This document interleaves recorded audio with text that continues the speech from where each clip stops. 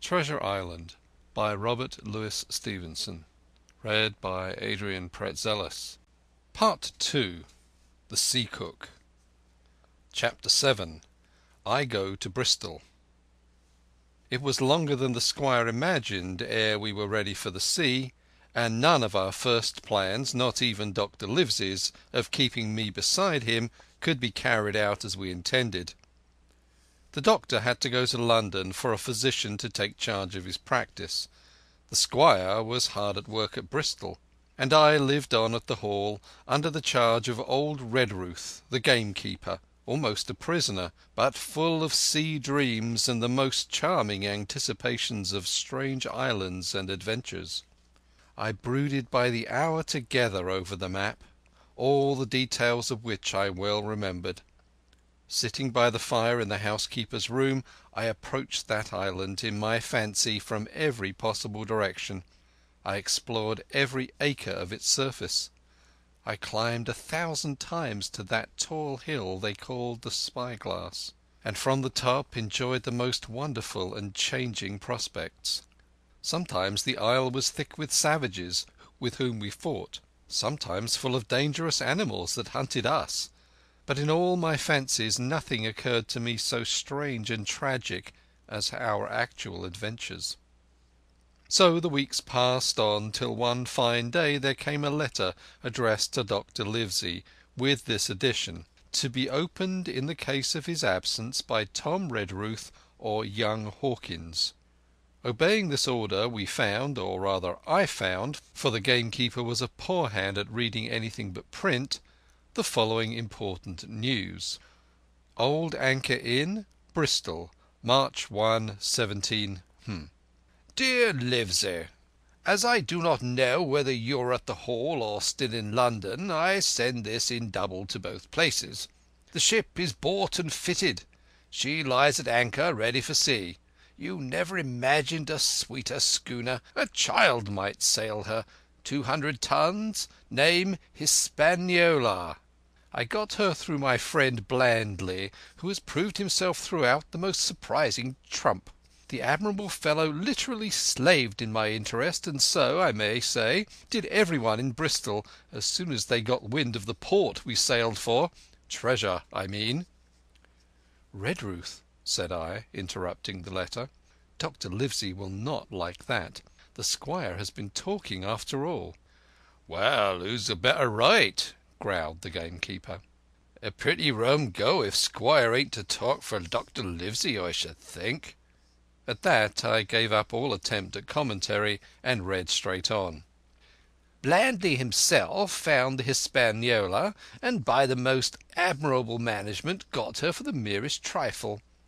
There is a class of men in Bristol monstrously prejudiced against Blandley.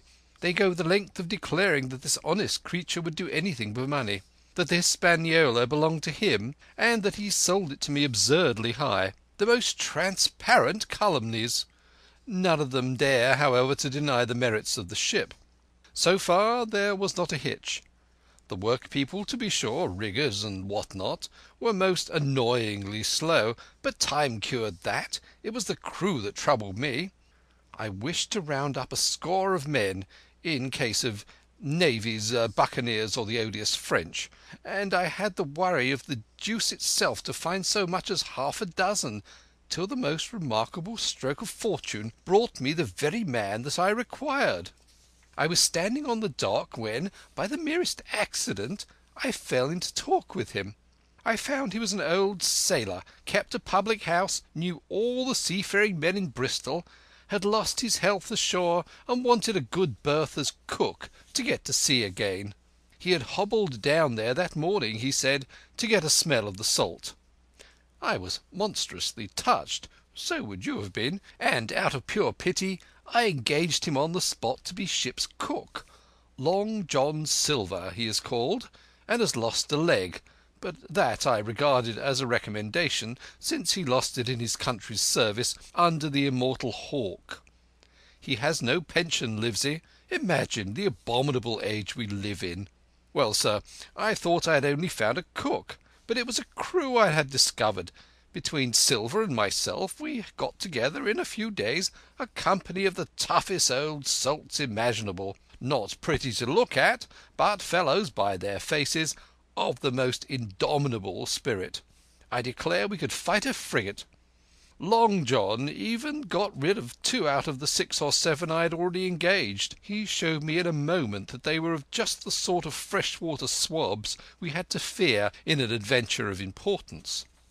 I am in the most magnificent health and spirits, eating like a bull, sleeping like a tree, yet I shall not enjoy a moment till I hear my old tarpaulins tramping around the capstan.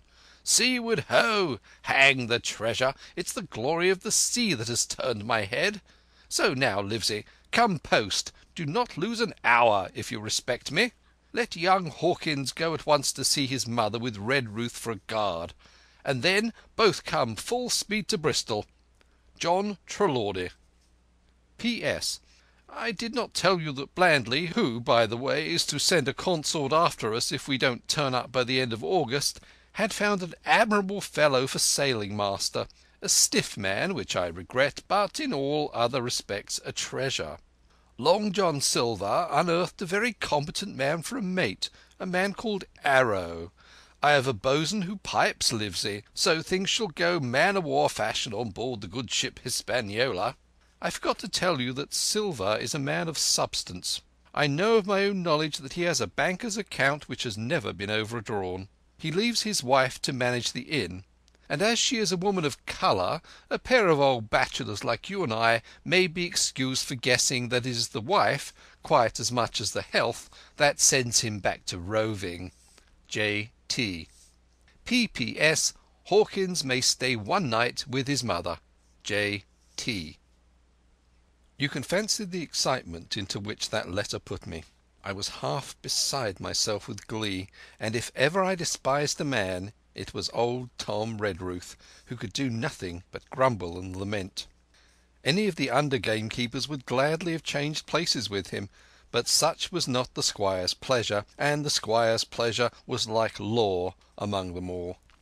Nobody but old Redruth would have dared so much as even to grumble. The next morning he and I set out on foot for the Admiral Benbow, and there I found my mother in good health and spirits. The captain, who had so long been the cause of so much discomfort, was gone where the wicked cease from troubling. The squire had had everything repaired and the public rooms and the sign repainted, and had added some furniture. Above all, a beautiful arm-chair for my mother in the bar. He had found her a boy as an apprentice also, so that she should not want help when I was gone. It was on seeing that boy that I understood for the first time my situation. I had thought up to that moment of the adventures before me, not at all of the home that I was leaving, and now at sight of this clumsy stranger who was to stay here in my place beside my mother, I had my first attack of tears. I am afraid I led that boy a dog's life, for he was new to the work. I had 100 opportunities for setting him right and putting him down, and I was not slow to profit by them. The night passed, and the next day, after dinner, Redruth and I were afoot again and on the road. I said good-bye to my mother and the cove where I had lived since I was born, and the dear old Admiral Benbow, since he was repainted, not longer quite so dear. One of my thoughts was of the captain, who had so often strode along the beach with his cocked hat, his sabre-cut cheek, and his old brass telescope. Next moment we had turned the corner, and my home was out of sight. The mail picked us up about dusk at the Royal George on the heath. I was wedged in between Redruth and a stout old gentleman, and in spite of the swift motion and the cold night air, I must have dozed a great deal from the very first, and then slept like a log, up hill and down dale, through stage after stage. But when I was awakened at last, it was by a punch in the ribs, and I opened my eyes to find that we were standing still before a large building in a city street, and that the day had already broken a long time. "Where are we?" I asked. "Bristol," said Tom. "Get down." Mr. Trelawney had taken up his residence at an inn far down the docks to superintend the work upon the schooner. Thither we had now to walk, and our way, to my great delight, lay upon the quays and beside the great multitude of ships of all sizes and rigs and nations. In one sailors were singing at their work. In another there were men aloft, high over my head, hanging to threads that seemed no thicker than a spider's. Though I had lived by the shore all my life, I seemed never to have been near the sea till then. The smell of tar and salt was something new. I saw the most wonderful figureheads that had all been far over the ocean. I saw besides many old sailors with rings in their ears and whiskers curled in ringlets and tarry pigtails and their swaggering clumsy sea walk, and if I had seen as many kings or archbishops I could not have been more delighted. And I was going to sea myself, to sea in a schooner, and a piping boatswain, and pigtailed singing seamen, to sea, bound for an unknown island, and to seek for buried treasure. While I was still in this delightful dream, we came suddenly in front of a large inn, and met Squire Trelawney, all dressed out like a sea officer, in stout blue cloth, coming out of the door with a smile on his face and a capital imitation of a sailor's walk. "Here you are!" he cried. "And the doctor came last night from London. Bravo! The ship's company complete." "Oh, sir," cried I, "when do we sail?" "Sail?" says he. "We sail tomorrow."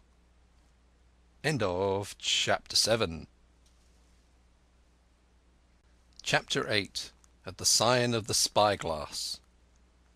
When I had done breakfasting, the squire gave me a note addressed to John Silver at the Sign of the Spyglass, and he told me I should easily find the place by following the line of the docks and keeping a bright lookout for a little tavern with a large brass telescope for a sign.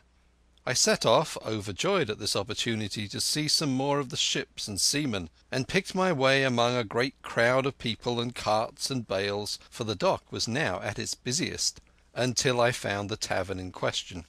It was a bright enough little place of entertainment. The sign was newly painted, the windows had neat red curtains, the floor was cleanly sanded. There was a street on either side, and an open door on both, which made the large low room pretty clear to see in spite of clouds of tobacco smoke. The customers were mostly seafaring men, and they talked so loudly that I hung at the door, almost afraid to enter. As I was waiting, a man came out of a side room, and at a glance I was sure he must be Long John. His leg was cut off close by the hip, and under the left shoulder he carried a crutch, which he managed with a wonderful dexterity, hopping about upon it like a bird. He was very tall and strong, with a face as big as a ham, plain and pale, but intelligent and smiling. Indeed, he seemed in the most cheerful spirits, whistling as he moved about among the tables, with a merry word or a slap on the shoulder for the more favoured of his guests. Now, to tell you the truth, from the very first mention of Long John in Squire Trelawney's letter, I had taken a fear in my mind that he might prove to be the very one-legged sailor whom I had watched for so long at the old Benbow. But one look at the man before me was enough. I had seen the captain, and Black Dog, and the blind man Pugh, and I thought I knew what a buccaneer was like. A very different creature, according to me, from this clean and pleasant-tempered landlord. I plucked up courage at once, crossed the threshold, and walked right up to the man where he stood, propped on his crutch, talking to a customer.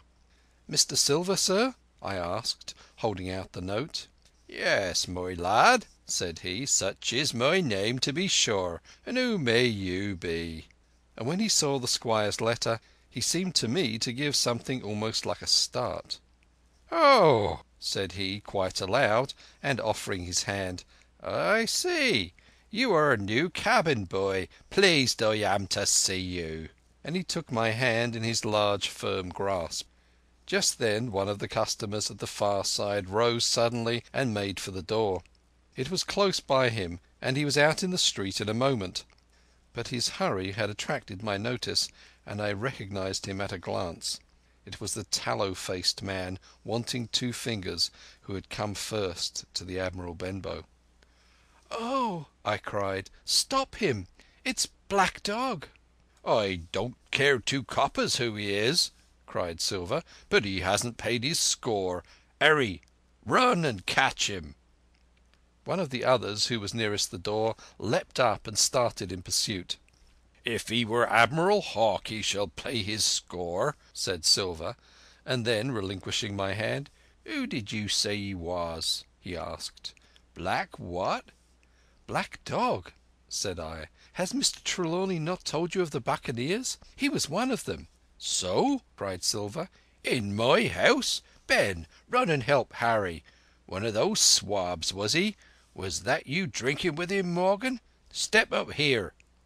The man whom he called Morgan, an old grey-haired, mahogany-faced sailor, came forward pretty sheepishly, rolling his quid.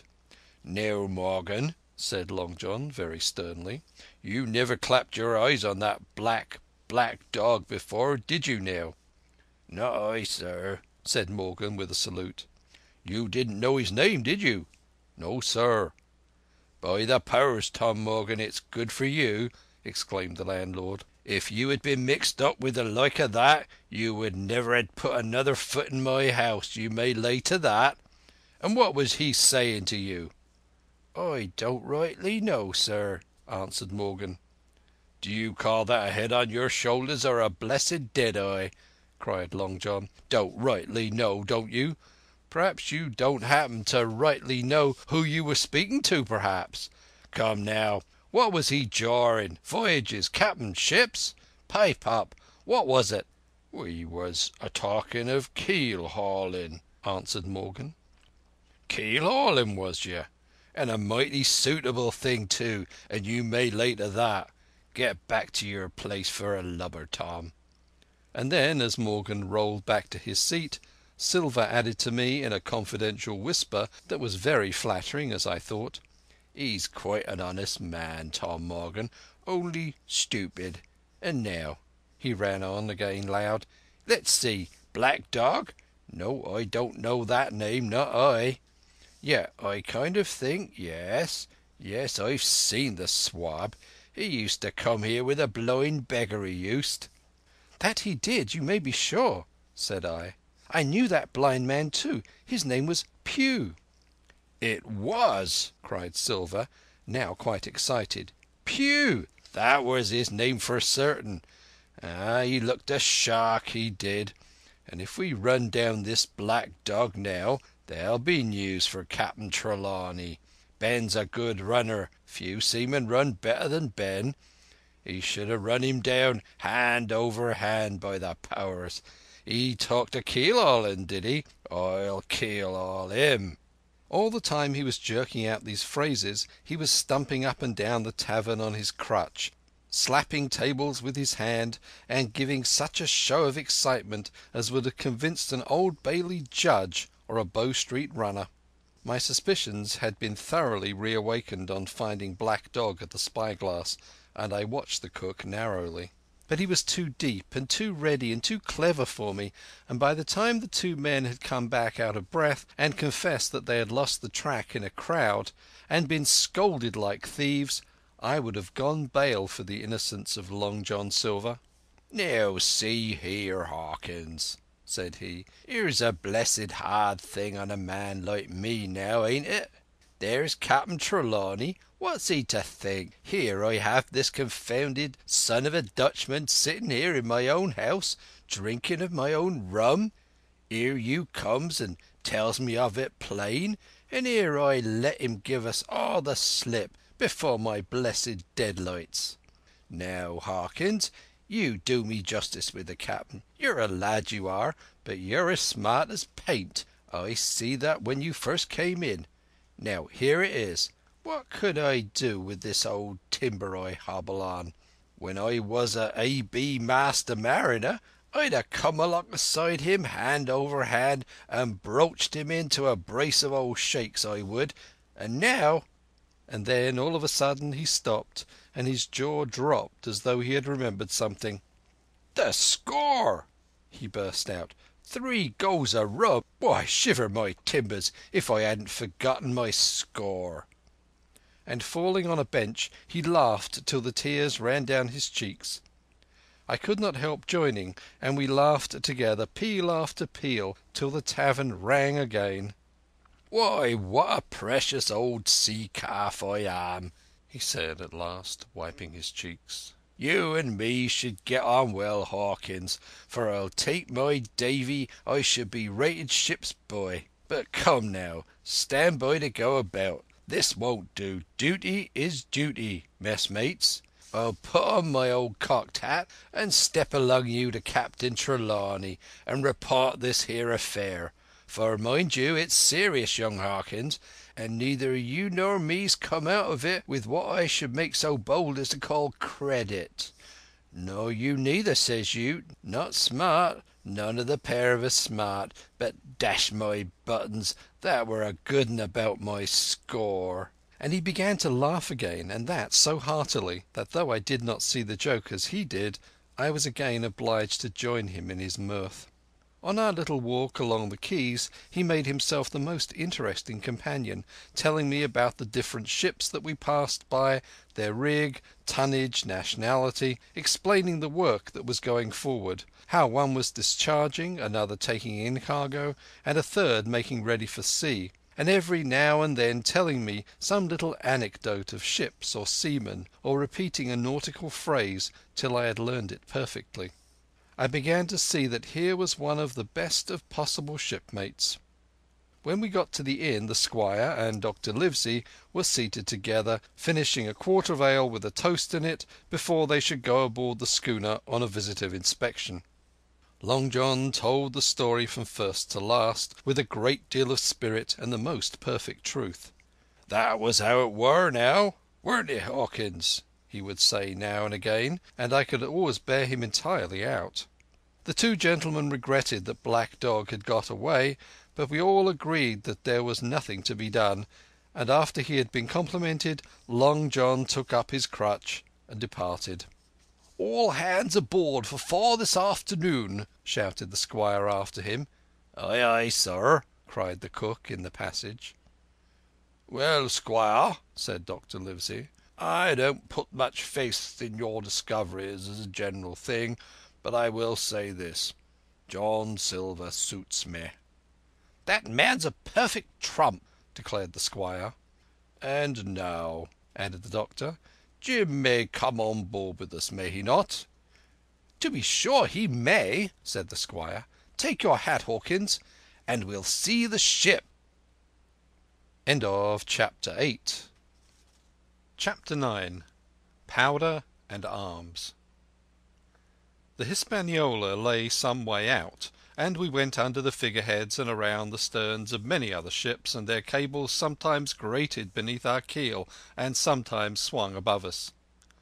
At last, however, we swung alongside, and were met and saluted as we stepped aboard by the mate, Mr. Arrow, a brown old sailor with earrings in his ears and a squint. He and the squire were very thick and friendly, but I soon observed that things were not the same between Mr. Trelawney and the captain.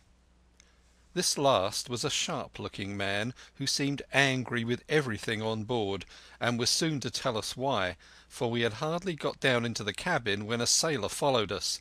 "Captain Smollett, sir, axing to speak with you," said he. "I'm always at the captain's orders. Show him in," said the squire. The captain, who was close behind his messenger, entered at once and shut the door behind him. "Well, Captain Smollett, what have you to say? All well, I hope, all shipshape and seaworthy?" "Well, sir," said the captain, "better speak plain, I believe, at the risk of offence. I don't like this cruise. I don't like the men, and I don't like my officer. That's short and sweet." "Perhaps, sir, you don't like the ship?" inquired the squire, very angry, as I could see. "I can't speak to that, sir, not having seen her tried," said the captain. "She seems a clever craft. More I can't say." "Possibly, sir, you may not like your employer either," said the squire. But here Dr. Livesey cut in. "Stay a bit," said he. "Stay a bit. No use of such questions as that, but to produce ill feeling. The captain has said too much, or he has said too little, and I am bound to say that I require an explanation of his words. You don't, you say, like this cruise. Now why?" "I was engaged, sir, on what we call sealed orders, to sail this ship for that gentleman where he should bid me," said the captain. "So far, so good. But now I find that every man before the mast knows more than I do. I don't call that fair. Now, do you?" "No," said Dr. Livesey, "I don't." "Next," said the captain, "I learn that we are going after treasure. Hear it from my own hands, mind you. Now, treasure is ticklish work. I don't like treasure voyages on any account, and I don't like them above all when they are secret and when, begging your pardon, Mr. Trelawney, the secret has been told to the parrot." "Silver's parrot?" asked the squire. "It's a way of speaking," said the captain. "Blabbed, I mean. It's my belief neither of you gentlemen know what you are about, but I'll tell you my way of it, life or death, and a close run." "That is all clear, and I dare say true enough," replied Dr. Livesey. "We take the risk, but we are not so ignorant as you believe us. Next, you say you don't like the crew. Are they not good seamen?" "I don't like them, sir," returned Captain Smollett, "and I think I should have had the choosing of my own hands, if you go to that." "Perhaps you should," replied the doctor. "My friend should perhaps have taken you along with him, but the slight, if there be one, was unintentional. And you don't like Mr. Arrow?" "I don't, sir. I believe he's a good seaman, but he's too free with the crew to be a good officer. A mate should keep himself to himself, shouldn't drink with the men before the mast." "Do you mean he drinks?" cried the squire. "No, sir," replied the captain. "Only that he's too familiar." "Well now, and the short and the long of it, captain?" asked the doctor. "Tell us what you want." "Well, gentlemen, are you determined to go on this cruise?" "Like iron," answered the squire. "Very good," said the captain. "Then, as you've heard me very patiently saying things that I could not prove, hear me a few words more. They are putting the powder and arms in the fore-hold. Now, you have a good place under the cabin. Why not put them there? First point. Then you are bringing 4 of your own people with you, and they tell me some of them are to be berthed forward. Why not give them the berths here besides the cabin? Second point." "Any more?" asked Mr. Trelawney. "One more," said the captain. "There's been too much blabbing already." "Far too much," agreed the doctor. "I'll tell you what I have heard myself," continued Captain Smollett. "That you have a map of an island, that there's crosses on the map to show where treasure is, and that the island lies—" and then he named the latitude and longitude exactly. "I never told that," cried the squire, "to a soul." "The hands know it, sir," returned the captain. "Livesey, that must have been you or Hawkins," cried the squire. "It doesn't much matter who it was," replied the doctor, and I could see that neither he nor the captain paid much regard to Mr. Trelawney's protestations. Neither did I, to be sure. He was so loose a talker. Yet in this case I believe he was really right, and that nobody had told the situation of the island. "Well, gentlemen," continued the captain, "I don't know who has this map, but I make it a point it shall be kept secret even from me and Mr. Arrow. Otherwise, I would ask you to let me resign." "I see," said the doctor. You wish us to keep this matter dark, and to make a garrison of the stern part of the ship, manned with my friend's own people, and provided with all the arms and powder on board. In other words, you fear a mutiny. Sir, said Captain Smollett, with no intention to take offence, I deny your right to put words into my mouth. No captain, sir, would be justified in going to sea at all if he had ground enough to say that. As for Mr. Arrow, I believe him thoroughly honest. Some of the men are the same, all may be, for what I know, but I am responsible for the ship's safety and the life of every man jack aboard of her. I see things going, as I think, not quite right, and I ask you to take certain precautions, or let me resign my berth, and that's all.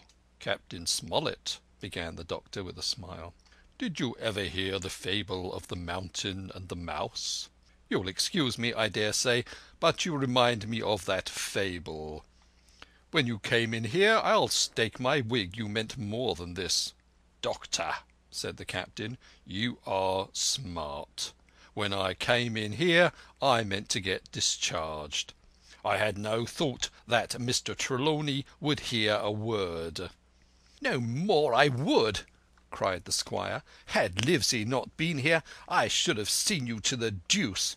As it is, I have heard you. I will do as you desire, but I think the worst of you. That's as you please, sir, said the captain. You'll find I do my duty. And with that he took his leave. Trelawney, said the doctor, contrary to all my notions, I believe you have managed to get 2 honest men on board with you. That man and John Silver. Silver, if you like, cried the squire, but as for that intolerable humbug, I declare I think his conduct unmanly, unsailorly, and downright un-English. Well, said the doctor, we shall see. When we came on deck, the men had begun already to take out the arms and powder, yo-hoing at their work, while the captain and Mr. Arrow stood by superintending. The new arrangement was quite to my liking. The whole schooner had been overhauled. 6 berths had been made astern out of what had been the after part of the main hold, and this set of cabins was only joined to the galley and forecastle by a sparred passage on the port side. It had been originally meant that the captain, Mr. Arrow, Hunter, Joyce, the doctor, and the squire were to occupy these 6 berths. Now Redruth and I were to get 2 of them, and Mr. Arrow and the captain were to sleep on deck in the companion, which had been enlarged on either side till you might almost have called it a roundhouse. Very low it was still, of course, but there was room to swing 2 hammocks, and even the mate seemed pleased with the arrangement. Even he, perhaps, had been doubtful as to the crew, but that is only guess, for, as you shall hear, we had not long the benefit of his opinion. We were all hard at work changing the powder and the berths, when the last man or 2, and Long John along with them, came off in a shore boat. The cook came up the side like a monkey for cleverness, and as soon as he saw what was doing, "So ho, mates," said he. "What's this?" "We're a-changing the powder, Jack," answers one. "Why, by the powers," cried Long John, "if we do, we'll miss the morning tide." "My orders," said the captain shortly. "You may go below, my man. Hands will want supper." "Aye, aye, sir," answered the cook, and touching his forelock, he disappeared at once in the direction of his galley. "That's a good man, captain," said the doctor. "Very likely, sir," replied Captain Smollett. "Easy with that, men, easy." He ran on to the fellows who were shifting the powder, and then, suddenly observing me examining the swivel we carried amidships, a long brass 9, "Here you, ship's boy," he cried, "out of that. Off with you to the cook and get some work." And then, as I was hurrying off, I heard him say quite loudly to the doctor, "I'll have no favourites on my ship." I assure you I was quite of the squire's way of thinking, and hated the captain deeply. Chapter 9. Chapter 10. The Voyage. All that night we were in a great bustle getting things stowed in their place, and boatfuls of the squire's friends, Mr. Blandley and the like, coming off to wish him a good voyage and a safe return. We never had a night at the Admiral Benbow when I had half the work, and I was dog-tired when, a little before dawn, the boatswain sounded his pipe and the crew began to man the capstan bars. I might have been twice as weary, yet I would not have left the deck. All was so new and interesting to me: the brief commands, the shrill notes of the whistle, the men bustling to their places in the glimmer of the ship's lanterns. "Now, Barbecue, tip us a stave," cried one voice. "The old one," cried another. "Aye, aye, mates," said Long John, who was standing by with his crutch under his arm, and at once broke out in the air and words I knew so well. 15 men on a dead man's chest. And then the whole crew bore chorus. Yo ho ho and a bottle of rum. And at the third ho drove the bars before them with a will. Even at that exciting moment it carried me back to the old Admiral Benbow in a second, and I seemed to hear the voice of the captain piping in the chorus. But soon the anchor was short up, soon it was hanging dripping at the bows, soon the sails began to draw and the land and shipping to flit by on either side, and before I could lie down to snatch an hour of slumber, the Hispaniola began her voyage to the Isle of Treasure. I am not going to relate the voyage in detail. It was fairly prosperous. The ship proved to be a good ship, and the crew were capable seamen, and the captain thoroughly understood his business. But before we came the length of Treasure Island, 2 or 3 things had happened which require to be known. Mr. Arrow, first of all, turned out even worse than the captain had feared. He had no command among the men, and people did what they pleased with him. But that was by no means the worst of it, for after a day or 2 at sea he began to appear on deck with hazy eye, red cheeks, stuttering tongue, and other marks of drunkenness. Time after time he was ordered below in disgrace. Sometimes he fell and cut himself, sometimes he lay all day long in his little bunk at one side of the companion. Sometimes for a day or 2 he would be almost sober and attend to his work at least passably. In the meantime we could never make out where he got the drink. That was the ship's mystery. Watch him as we pleased, we could do nothing to solve it, and when we asked him to his face he would only laugh if he were drunk, and if he were sober deny solemnly that he ever tasted anything but water. He was not only useless as an officer and a bad influence among the men, but it was plain that at this rate he must soon kill himself outright, so nobody was much surprised nor very sorry when one dark night, with a head sea, he disappeared entirely and was seen no more. "Overboard," said the captain. "Well, gentlemen, that saves the trouble of putting him in irons." And there we were without a mate, and it was necessary, of course, to advance one of the men.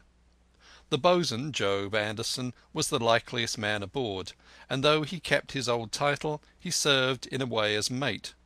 Mr. Trelawney had followed the sea, and his knowledge made him very useful, for often he took a watch himself in easy weather. And the coxswain, Israel Hands, was a careful, wily, old, experienced seaman, who could be trusted at a pinch with almost anything. He was a great confidant of Long John Silver, and so the mention of his name leads me on to speak of our ship's cook, Barbecue, as the men called him.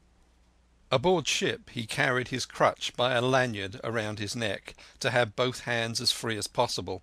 It was something to see him wedge the foot of the crutch against a bulkhead, and, propped against it, yielding to every movement of the ship, get on with his cooking like someone safe ashore.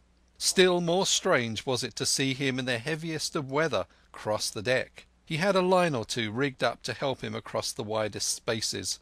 Long John's earrings they were called, and he would hand himself from one place to another, now using the crutch, now trailing it alongside by the lanyard, as quickly as another man could walk. Yet some of the men who had sailed with him before expressed their pity to see him so reduced.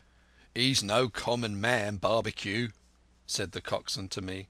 "He had a good schooling in his young days, and can speak like a book when he's so minded. And brave! A lion's nothing longside of Long John. I've seen him grapple four and knock their heads together, him unarmed." All the crew respected and even obeyed him. He had a way of talking to each and doing everybody some particular service. To me he was unweariedly kind, and always glad to see me in the galley, which he kept as clean as a new pin, the dishes hanging up burnished, and his parrot in a cage in the corner. "Come away, young Hawkins," he would say. "Come and have a yarn with John. Nobody more welcome than yourself, my son. Sit you down and hear the news. Here's Captain Flint. I calls my parrot Captain Flint, after the famous buccaneer. Here's Captain Flint predicting success to our voyage. Wasn't you, Captain?" And the parrot would say with great rapidity, "Pieces of 8, pieces of 8, pieces of 8," till you wondered that it was not out of breath, or till John threw his handkerchief over the cage. "Now that bird," he would say, "is maybe 200 years old, Hawkins. They live forever mostly, and if anybody see more wickedness, it must be the devil himself. She's sailed with England, the great Captain England, the pirate. She's been at Madagascar and at Malabar and Surinam and Providence and Portobello. She was at the fishing up of the wrecked plate ships. It's there she learned pieces of 8, and little wonder, 350,000 of 'em, Hawkins. She was at the boarding of the Viceroy of the Indies out of Goa, she was, and to look at her you would think she was a babby. But you smelt powder, didn't you, Captain?" "Stand by to go about," the parrot would scream. "Ah, she's handsome craft, she is," the cook would say, and give her sugar from his pocket. And then the bird would peck at the bars and swear straight on, passing belief for wickedness. "There," John would add, "you can't pitch and not be mucked, lad. Here's the poor old innocent bird of mine swearing blue fire, and none the wiser you may lay to that. She would swear the same, in a manner of speaking, before the chaplain." And John would touch his forelock with a solemn way he had that made me think he was the best of men. In the meantime the squire and Captain Smollett were still on pretty distant terms with one another. The squire made no bones about the matter. He despised the captain. The captain, on his part, never spoke but when he was spoken to, and then sharp and short and dry, and not a word wasted. He owned, when driven into a corner, that he seemed to have been wrong about the crew, that some of them were as brisk as he wanted to see, and all had behaved fairly well. As for the ship, he had taken a downright fancy to her. "She'll lie a point nearer the wind than a man has the right to expect of his own married wife, sir. But," he would add, "all I say is, we're not home again, and I don't like the cruise." The squire at this would turn away and march up and down the deck, chin in air. "A trifle more of that, man," he would say, "and I should explode." We had some heavy weather, which only proved the qualities of the Hispaniola. Every man on board seemed well content, and they must have been hard to please if they had been otherwise, for it is my belief that there was never a ship's company so spoiled since Noah put to sea. Double grog was going at the least excuse. There was duff on odd days, as, for instance, if the squire heard it was any man's birthday, and always a barrel of apples standing broached in the waist for anyone to help himself that had a fancy. "Never knew good to come of it yet," the captain said to Dr. Livesey. "Spoil forecastle hands, make devils. That's my belief." But good did come of the apple barrel, as you shall hear. For if it had not been for that, we should have had no note of warning, and might all have perished by the hand of treachery. This is how it came about. We had run up the trades to get wind of the island we were after. I am not allowed to be more plain, and now we were running down for it with a bright look-out day and night. It was about the last day of our outward voyage, by the last computation. Some time that night, or latest before noon of the morrow, we should sight the Treasure Island. We were heading southwest, and had a steady breeze abeam and a quiet sea. The Hispaniola rolled steadily, dipping her bowsprit now and then with a whiff of spray. All was drawing alow and aloft. Everyone was in the bravest spirits, because we were now so near an end of the first part of our adventure. Now, just after sundown, when all my work was over and I was on my way to my berth, it occurred to me that I should like an apple. I ran on deck.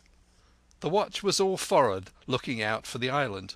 The man at the helm was watching the luff of the sail and whistling away gently to himself, and that was the only sound, excepting the swish of the sea against the bows and around the sides of the ship. In I got bodily into the apple barrel, and found there was scarce an apple left, but sitting down there in the dark, what with the sound of the waters and the rocking movement of the ship, I had either fallen asleep or was on the point of doing so, when a heavy man sat down with rather a clash close by. The barrel shook as he leaned his shoulders against it, and I was just about to jump up when the man began to speak. It was Silver's voice, and before I had heard a dozen words I would not have shown myself for all the world, but lay there trembling and listening in the extreme of fear and curiosity, for from these dozen words I understood that the lives of all the honest men aboard depended upon me alone. End of Chapter 10. Chapter 11. What I Heard in the Apple Barrel. "No, not I," said Silver. "Flint was captain. I was quartermaster along of my timbered leg. The same side I lost my leg, old Pew lost his daylights. It was a master surgeon, him that amputated me, out of college and all, Latin by the bucket and what not. But he was hanged like a dog and sun-dried like the rest at Corso Castle. That was Robert's men, that was, and comed of changing names to their ships, Royal Fortune, and so on. Now, what a ship was christened, so let her stay, I says. So it was with the Cassandra, as brought us all safe home from Malabar, after England took the Viceroy of the Indies. So it was with the old Walrus, Flint's old ship, as I've seen her muck with the red blood and fit to sink with gold." "Ah!" cried another voice, that of the youngest hand on board, and evidently full of admiration. "He was the flower of the flock, was Flint." "Davis was a man too, by all accounts," said Silver. "I never sailed along of him. First with England, then with Flint. That's my story. And now here on my own account, in a manner of speaking. I laid by 900 safe from England and 2000 after Flint. That ain't bad for a man before the mast. All safe in bank. 'Tain't earning now. It's saving does it, you may lay to that. Where's all England's men now, I dunno? Where's Flint's? Why, most of 'em aboard here and glad to get the duff. Been begging before that, some of 'em. Old Pew as has lost his sight and might have thought shame, spends £1,200 in a year like a lord in Parliament. Where is he now? Well, he's dead now and under hatches.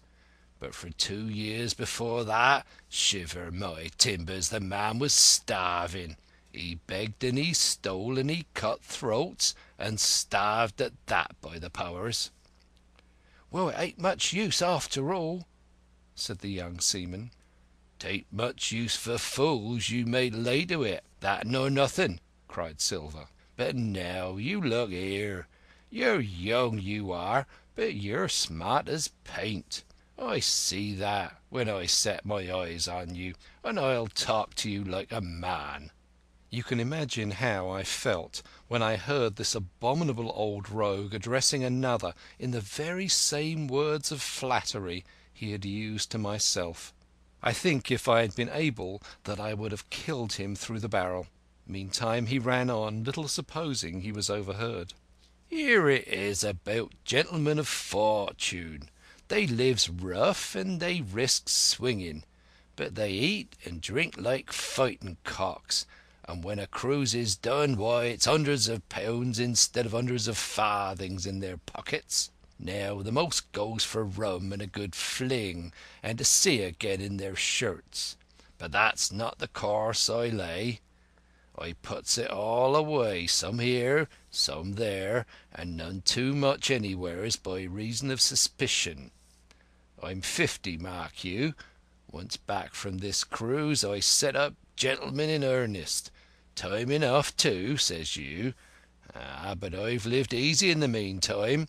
Never denied myself of nothing the heart desires, and slept soft and ate dainty all my days but when at sea. And how did I begin? Before the mast, like you." "Well," said the other, "But all the other money's gone now, ain't it? You daren't show face in Bristol after this." "Why, where might you suppose it was?" asked Silver derisively. "At Bristol, in banks and places," answered his companion. "It were," said the cook. "It were when we weighed anchor, but my old missus has it all by now, and the spyglass is sold, leasts and goodwill and rigging, and the old girl's off to meet me. I will tell you where, mate, for I trust you, but it'd make jealousy among the mates." "And you can trust your missus?" asked the other. "Gentlemen of fortune," returned the cook, "usually trust little among themselves, and right they are, you may lay to it. But I have a way with me, I have. When a mate brings a slip on his cable, one as knows me, I mean, it won't be in the same world with old John. There were some that was feared of Pew, and some that was feared of Flint. But Flint his own self was feared of me. Feared he was, and proud. They was the roughest crew afloat, was Flint's. The devil himself would have been feared to go to sea with them. Well, now I tell you I'm not a boasting man, and you've seen yourself how easy I keep company. But when I was quartermaster, lambs wasn't the word for Flint's old buccaneers. You may be sure of yourself in old John's ship." "Well, I tell you now," replied the lad, "I didn't half a quarter like a job till I had this talk with you, John. But there's my hand on it now." "And a brave lad you were, and smart too," answered Silver, shaking hands so heartily that all the barrel shook. "And a finer figurehead for a gentleman of fortune I never clapped me eyes on." By this time I had begun to understand the meaning of their terms. By a gentleman of fortune they plainly meant neither more nor less than a common pirate, and the little scene that I had overheard was the last act in the corruption of one of the honest hands, perhaps of the last one left aboard. But on this point I was soon to be relieved, for Silver, giving a little whistle, a third man strolled up and sat down by the party.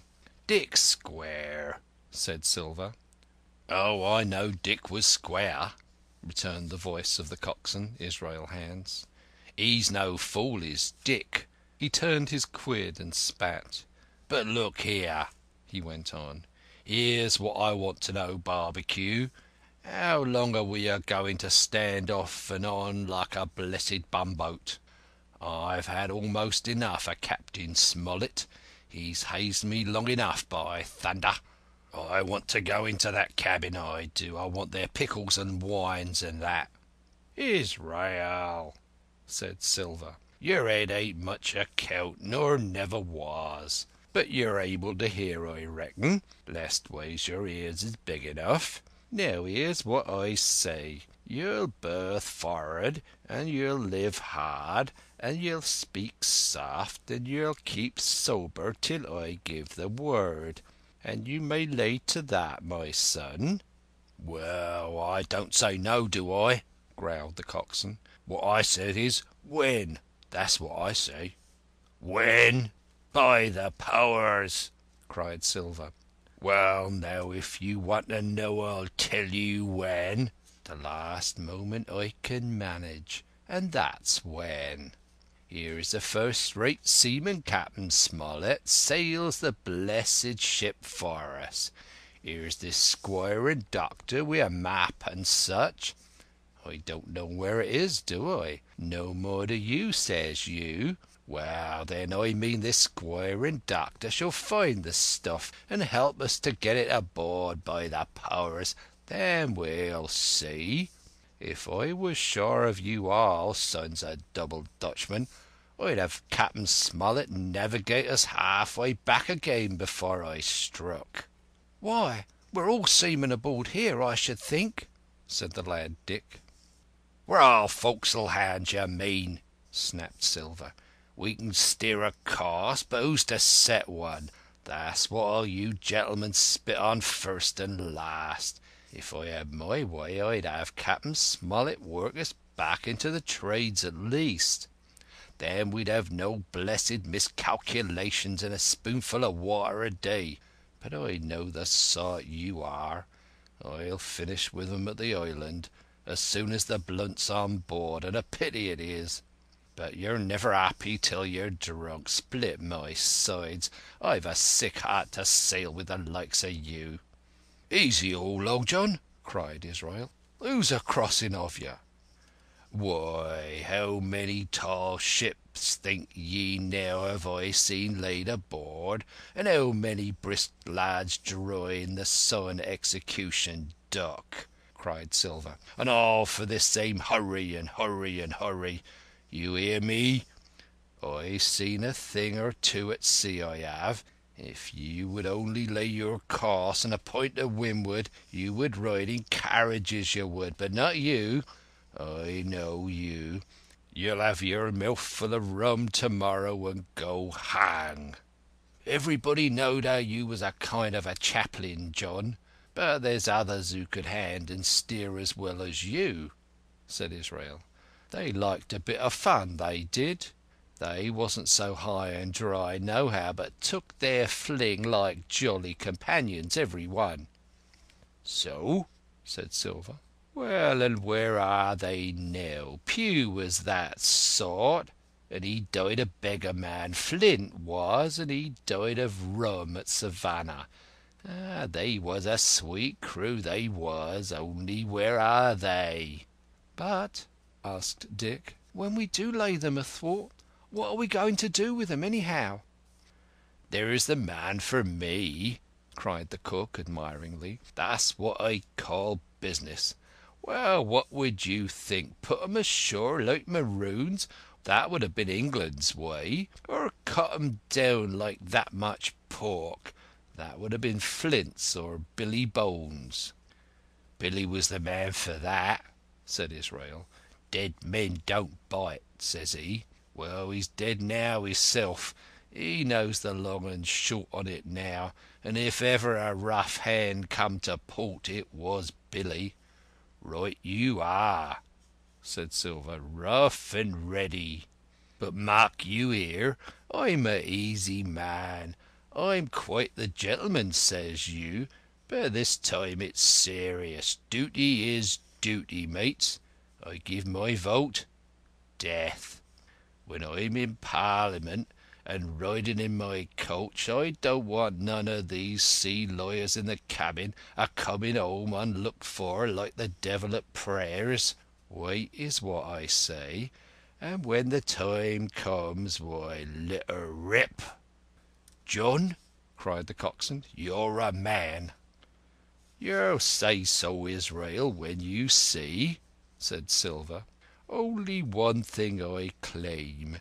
I claim Trelawney. I'll wring his calf's head off his body with these hands.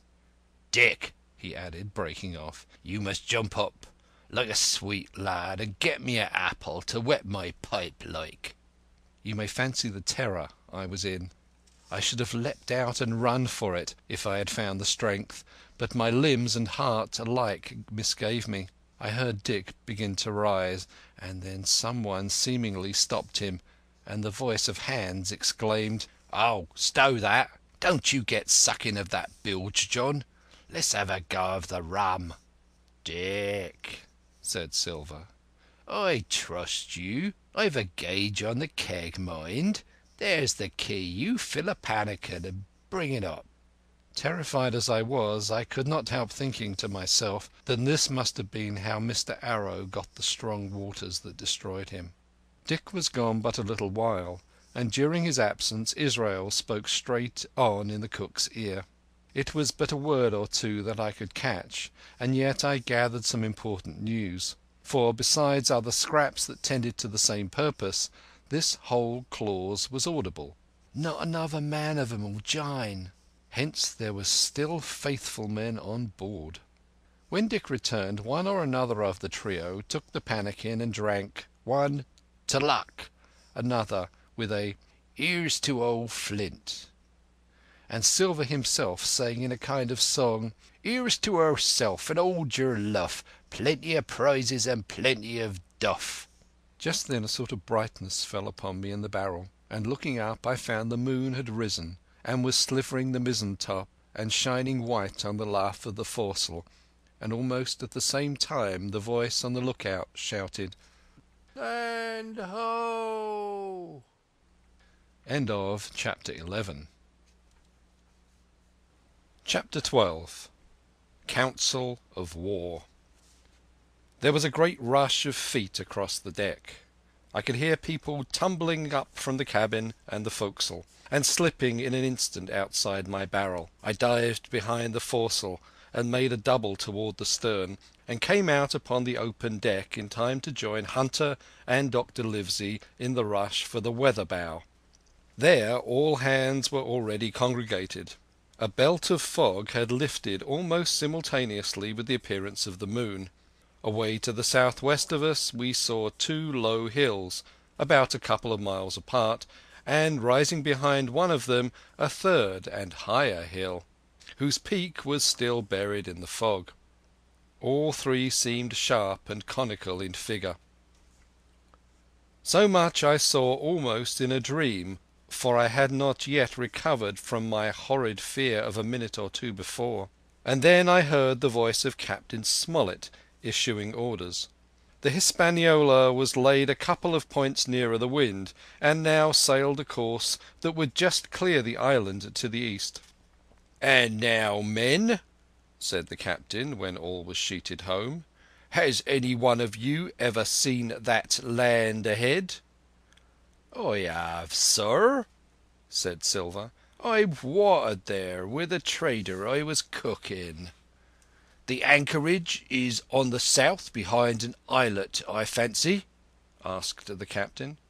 "Yes, sir. Skeleton Island, they calls it. It were a main place for pirates once, and a hand we had on board knowed all their names for it. That hill to the nor'ard they calls Foremast Hill. There are 3 hills in a row running south'ard, fore, main, and mizzen, sir. But the main, that's the big un with the cloud on it, they usually calls the Spy Glass, by reason of a lookout they kept when they was in the anchorage cleaning. For it's there they clean their ships, sir, asking your pardon." "I have a chart here," said Captain Smollett. "See if that's the place." Long John's eyes burned in his head as he took the chart, but by the fresh look of the paper I knew he was doomed to disappointment. This was not the map we found in Billy Bones' chest, but an accurate copy, complete in all things, names and heights and soundings, with the single exception of the red crosses and the written notes. Sharp as must have been his annoyance, Silver had the strength of mind to hide it. "Yes, sir," said he, "this is the spot to be sure, and very prettily drawed out. Who might have done that, I wonder? The pirates were too ignorant, I reckon. Ah, here it is, Captain Kidd's anchorage, just the name my shipmate called it. There's a strong current rounds along the south, and then away up nor'ard up the west coast. Right you was, sir," said he, "to haul your wind and keep the weather of the island. Leastways, if such was your intention as to enter and careen, there ain't no better place for that in these waters." "Thank you, my man," said Captain Smollett. "I'll ask you later on to give us a help. You may go." I was surprised at the coolness with which John avowed his knowledge of the island, and I own I was half frightened when I saw him drawing nearer to myself. He did not know, to be sure, that I had overheard his counsel from the apple barrel, and yet I had by this time taken such a horror of his cruelty, duplicity, and power that I could scarce conceal a shudder when he laid his hand upon my arm. "Ah," said he, "this here is a sweet spot, this island. A sweet spot for a lad to get ashore on. You'll bathe and you'll climb trees and you'll hunt goats, you will, and you'll get aloft on them hills like a goat yourself. Why, it makes me young again. I was going to forget my timber leg, I was. It's a pleasant thing to be young, and have 10 toes you may lay to that. When you want to go a bit of exploring, you ask old John, and he'll put up a snack for you to take along." And clapping me in the friendliest way upon the shoulder, he hobbled off forward and went below. Captain Smollett, the squire, and Dr. Livesey were talking together on the quarter-deck, and, anxious as I was to tell them my story, I durst not interrupt them openly. While I was still casting about in my thoughts to find some probable excuse, Dr. Livesey called me to his side. He had left his pipe below, and, being a slave to tobacco, had meant that I should fetch it. But as soon as I was near enough to speak and not be overheard, I broke out immediately. "Doctor, let me speak. Get the captain and squire down to the cabin, and then make some pretence to send for me. I have terrible news." The doctor changed countenance a little, but next moment he was master of himself. "Thank you, Jim," said he quite loudly. "That was all I wanted to know," as if he had asked me a question. And with that he turned on his heel and rejoined the other two. They spoke together for a little, and though none of them started or raised his voice, or so much as whistled, it was plain enough that Dr. Livesey had communicated my request, for the next thing that I heard was the captain giving an order to Job Anderson, and all hands were piped on deck. "My lads," said Captain Smollett, "I've a word to say to you. This land that we have sighted is the place we have been sailing to. Mr. Trelawney, being a very open-handed gentleman, as we all know, has just asked me a word or two, and as I was able to tell him that every man on board had done his duty, alow and aloft, as I never asked to see it done better, why, he and I and the doctor are going below to the cabin to drink your health and luck, and you'll have grog served out to you to drink our health and luck. I'll tell you what I think of this. I think it handsome. And if you think as I do, you'll give a good sea cheer for the gentleman that does it." The cheer followed. That was a matter of course, but it rang out so full and hearty that I confess I could hardly believe these same men were plotting for our blood. "One more cheer for Captain Smollett," cried Long John, when the first had subsided, and this was given with a will. On the top of that the 3 gentlemen went below, and not long after word was sent forward that Jim Hawkins was wanted in the cabin. I found them all 3 seated around the table, a bottle of Spanish wine and some raisins before them, and the doctor smoking away with his wig on his lap, and that I knew was a sign that he was agitated. The stern window was open, for it was a warm night, and you could see the moon shining behind on the ship's wake. "Now, Hawkins," said the squire, "you have something to say. Speak up." I did as I was bid, and, short as I could make it, told the whole details of Silver's conversation. Nobody interrupted me till I was done, nor did any one of the three of them make so much as a movement, but they kept their eyes upon my face from first to last. "Jim," said Dr. Livesey, "take a seat." And they made me sit down at a table beside them, poured me out a glass of wine, filled my hands with raisins, and all three, one after the other, and each with a bow, drank my good health and their service to me for my luck and courage.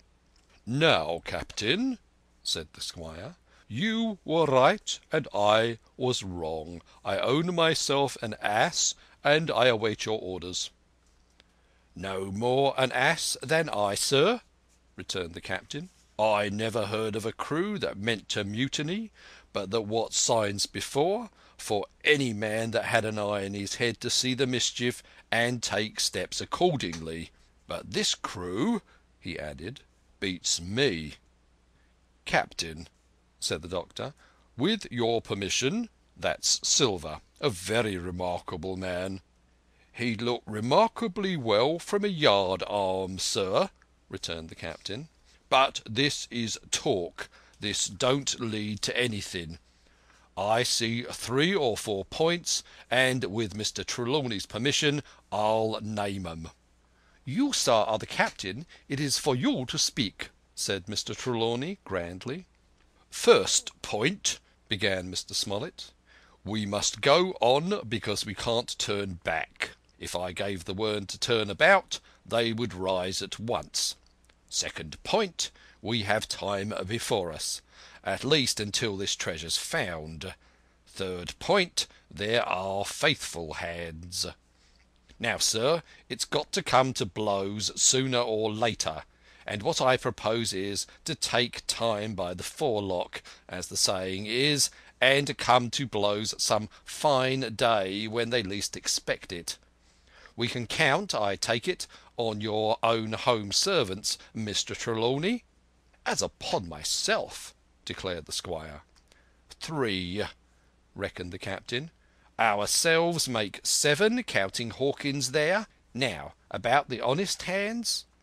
"Most likely are Trelawney's own men," said the doctor. "Those he picked up for himself before he lit on Silver." "Nay," replied the squire. "Hans was one of mine."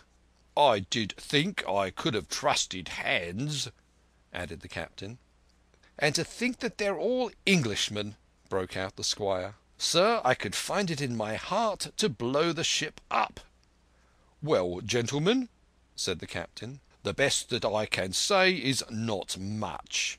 We must lay to, if you please, and keep a bright lookout. It's trying on a man, I know. It would be pleasanter to come to blows. But there's no help for it till we know our men. Lay to and whistle for a wind. That's my view." "Jim here," said the doctor, "can help us more than anyone. The men are not shy with him, and Jim is a noticing lad." "Hawkins, I put prodigious faith in you," added the squire. I began to feel pretty desperate at this, for I felt altogether helpless, and yet by an odd train of circumstances it was indeed through me that safety came. In the meantime, talk as we pleased, there were only 7 out of the 26 on whom we knew we could rely, and out of these 7 1 was a boy, so that the grown men on our side were 6 to their 19. End of Chapter 12. Chapter 13. How my shore adventure began. The appearance of the island when I came on deck next morning was altogether changed. Although the breeze had now utterly ceased, we had made a great deal of way during the night, and were now lying becalmed about half a mile to the southeast of the low eastern coast. Grey-coloured woods covered a large part of the surface. This even tint was indeed broken up by streaks of yellow sand break in the lower lands, and by many tall trees of the pine family outtopping the others, some singly, some in clumps. But the general colouring was uniform and sad. The hills ran up clear above the vegetation in spires of naked rock. All was strangely shaped, and the spyglass, which was by 300 or 400 feet the tallest on the island, was likewise the strangest in configuration, running up sheer from almost every side, and then suddenly cut off at the top, like a pedestal to put a statue on. The Hispaniola was rolling scuppers under in the ocean swell. The booms were tearing at the blocks, the rudder was banging to and fro, and the whole ship creaking, groaning, and jumping like a manufactory. I had to cling tight to the backstay, and the world turned giddily before my eyes. For though I was a good enough sailor when there was way on, this standing still and being rolled about like a bottle was a thing I never learned to stand without a qualm or two, above all in the morning on an empty stomach. Perhaps it was this, perhaps it was the look of the island, with its grey melancholy woods, and wild stone spires, and the surf that we could both see and hear foaming and thundering on the steep beach. At least, although the sun shone bright and hot, and the shore birds were fishing and crying all around us, and you would have thought anyone would have been glad to get to land after being so long at sea, my heart sank, as the saying is, into my boots, and from that first look onward I hated the very thought of Treasure Island. We had a dreary morning's work before us, and there was no sign of any wind, and the boats had to be got out and manned, and the ship warped 3 or 4 miles round the corner of the island and up the narrow passage to the haven behind Skeleton Island. I volunteered for one of the boats, where I had of course no business. The heat was sweltering, and the men grumbled fiercely over their work. Anderson was in command of my boat, and instead of keeping the crew in order, he grumbled as loud as the worst. "Well," he said with an oath, "it's not forever." I thought this was a very bad sign, for up to that day the men had gone briskly and willingly about their business, but the very sight of the island had relaxed the cords of discipline. All the way in, Long John stood by the steersman and conned the ship.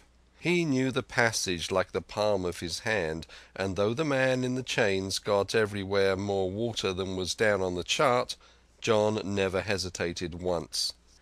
"There's a strong scour with the ebb," he said, "and this here passage has been dug out, in a manner of speaking, with a spade." We brought up just where the anchor was on the chart, about 1/3 of a mile from each shore, the mainland on one side and Skeleton Island on the other. The bottom was clean sand. The plunge of our anchor sent up clouds of birds wheeling and crying over the woods, but in less than a minute they were down again, and all was once more silent. The place was entirely landlocked, buried in woods, the trees coming right down to high water mark, the shores mostly flat, and the hilltops standing round at a distance, in a sort of amphitheatre, one here, one there. 2 little rivers, or rather 2 swamps, emptied out into this pond, as you might call it, and the foliage around that part of the shore had a kind of poisonous brightness. From the ship we could see nothing of the house or stockade, for they were quite buried among trees, and if it had not been for the chart on the companion, we might have been the first that ever anchored there since the islands arose out of the seas. There was not a breath of air moving, nor a sound but that of the surf booming 1/2 a mile away along the beaches and against the rocks outside. A peculiar stagnant smell hung over the anchorage, a smell of sodden leaves and rotting tree trunks. I observed the doctor sniffing and sniffing, like someone tasting a bad egg. "I don't know about treasure," he said, "but I'll stake my wig there's fever here." If the conduct of the men had been alarming in the boat, it became truly threatening when they had come aboard. They lay about the deck, growling together in talk. The slightest order was received with a black look, and grudgingly and carelessly obeyed. Even the honest hands must have caught the infection, for there was not one man aboard to mend another. Mutiny, it was plain, hung over us like a thundercloud. And it was not only we of the cabin party who perceived the danger. Long John was hard at work, going from group to group, spending himself in good advice, and as for example, no man could have shown a better. He fairly outstripped himself in willingness and civility. He was all smiles to everyone. If an order were given, John would be on his crutch in an instant, with the cheeriest "Aye, aye, sir" in the world. And when there was nothing else to do, he kept up one song after another, as if to conceal the discontent of the rest. Of all the gloomy features of that gloomy afternoon, this obvious anxiety on the part of Long John appeared the worst. We held a council in the cabin. "Sir," said the captain, "if I risk another order, the whole ship will come about our ears by the run. You see, sir, here it is. I get a rough answer, do I not? Well, if I speak back, pikes will be going in 2 shakes. If I don't, Silver will see there's something under that, and the game's up. Now we've only one man to rely on." "And who's that?" asked the squire. "Silver, sir," returned the captain. "He's as anxious as you and I to smother things up. This is a tiff. He'd soon talk 'em out of it if he had the chance, and what I propose to do is to give him the chance. Let's allow the men an afternoon ashore. If they all go, why, we'll fight the ship. If they none of them go, well then, we hold the cabin, and God defend the right. If some go, you mark my words, sir, Silver'll bring 'em aboard again as mild as lambs." It was so decided.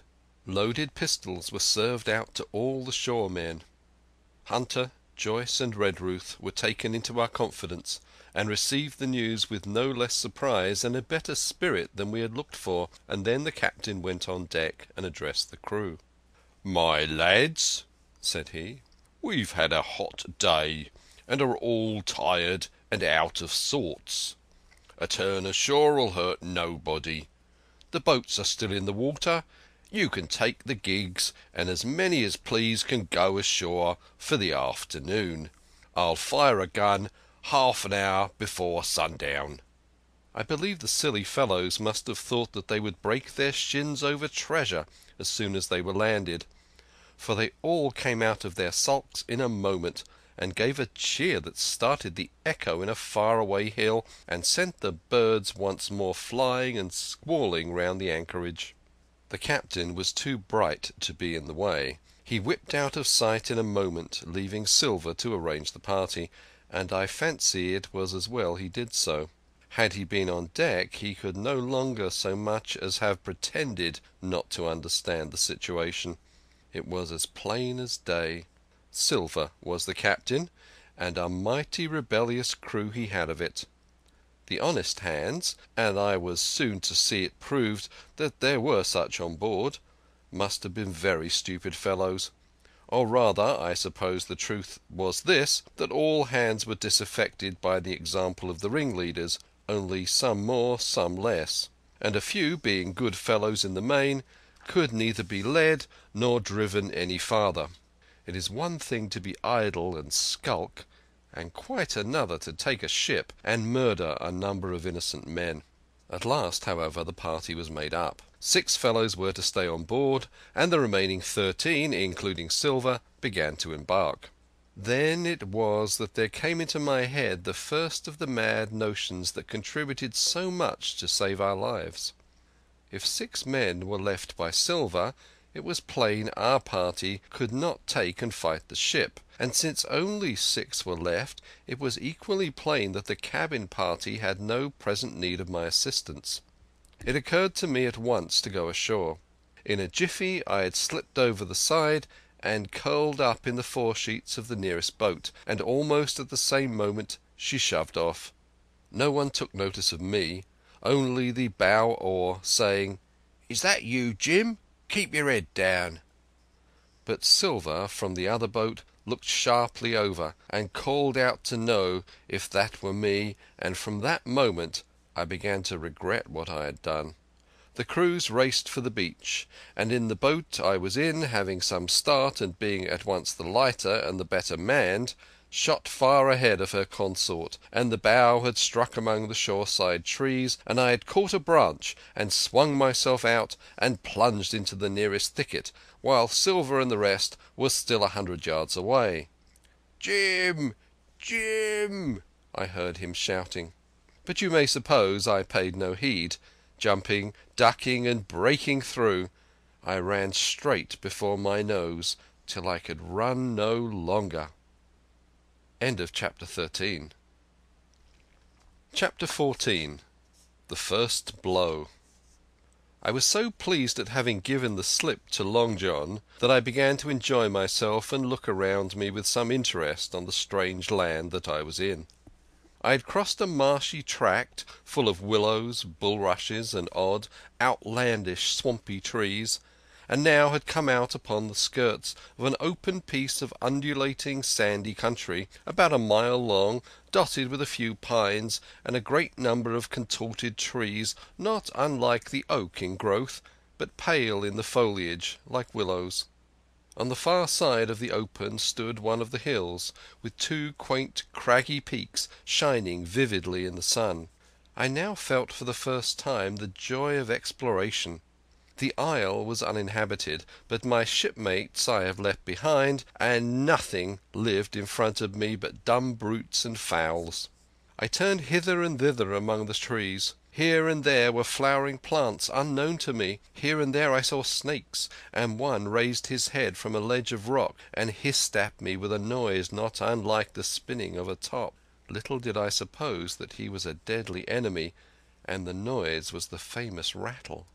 Then I came to a long thicket of these oak-like trees, live or evergreen oaks I heard afterward they should be called, which grew low along the sand like brambles, the boughs curiously twisted, the foliage compact like thatch. The thicket stretched down from the top of one of the sandy knolls, spreading and growing taller as it went, until it reached the margin of the broad reedy fen through which the nearest of the little rivers soaked its way into the anchorage. The marsh was streaming in the strong sun, and the outline of the spyglass trembled through the haze. All at once there began to go a sort of bustle among the bulrushes.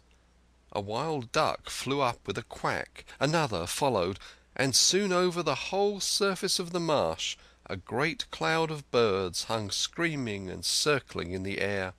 I judged at once that some of my shipmates must be drawing near along the borders of the fen. Nor was I deceived, for soon I heard the very distant and low tones of a human voice, which, as I continued to give ear, grew steadily louder and nearer. This put me in great fear, and I crawled under cover of the nearest live oak and squatted there, hearkening, as silent as a mouse. Another voice answered, and then the first voice, which I now recognized to be Silver's, once more took up the story and ran on for a long while in a stream, only now and again interrupted by the other. By the sound they must have been talking earnestly and almost fiercely, but no distinct word came to my hearing. At last the speakers seemed to have paused, and perhaps to have sat down, for not only did they cease to draw any nearer, but the birds themselves began to grow more quiet and to settle again into their places in the swamp. And now I began to feel that I was neglecting my business, that since I had been so foolhardy as to come ashore with these desperadoes, the least I could do was to overhear them at their councils, and that my plain and obvious duty was to draw as close as I could manage under the favourable ambush of the crouching trees. I could tell the direction of the speakers pretty exactly, not only by the sound of their voices, but by the behaviour of the few birds that still hung in alarm above the heads of the intruders. Crawling on all fours, I made steadily but slowly towards them, till at last, raising my head to an aperture among the leaves, I could see clear down into a little green dell beside the marsh, and closely set about with trees, where Long John Silver and another of the crew stood face to face in conversation. The sun beat full upon them. Silver had thrown his hat beside him on the ground, and his great smooth blonde face, all shining with heat, was lifted to the other man's in a kind of appeal. "Mate," he was saying, "that's because I thinks gold dust of you, gold dust, and you may lay to that, and if I hadn't took to you like pitch, do you think I'd have been here a warning of you? All's up. You can't make nor mend. It's to save your neck that I'm a speaking, and if one of the wild uns knew it, where'd I be, Tom? Now tell me, where'd I be?" "Silver," said the other man, and I observed he was not only red in the face, but spoke as hoarse as a crow, and his voice shook too, like a taut rope. "Silver," says he, "you're old, and you're honest, or has the name of it, and you've money too, which lots of poor sailors hasn't, and you're brave or I'm mistook. And will you tell me you'll let yourself be led away with that kind of a mess of swabs? Not you. As sure as God sees me, I'd sooner lose my hand. If I turn again my duty—" And then, all of a sudden, he was interrupted by a noise. I had found one of the honest hands. Well, here at that same moment came news of another.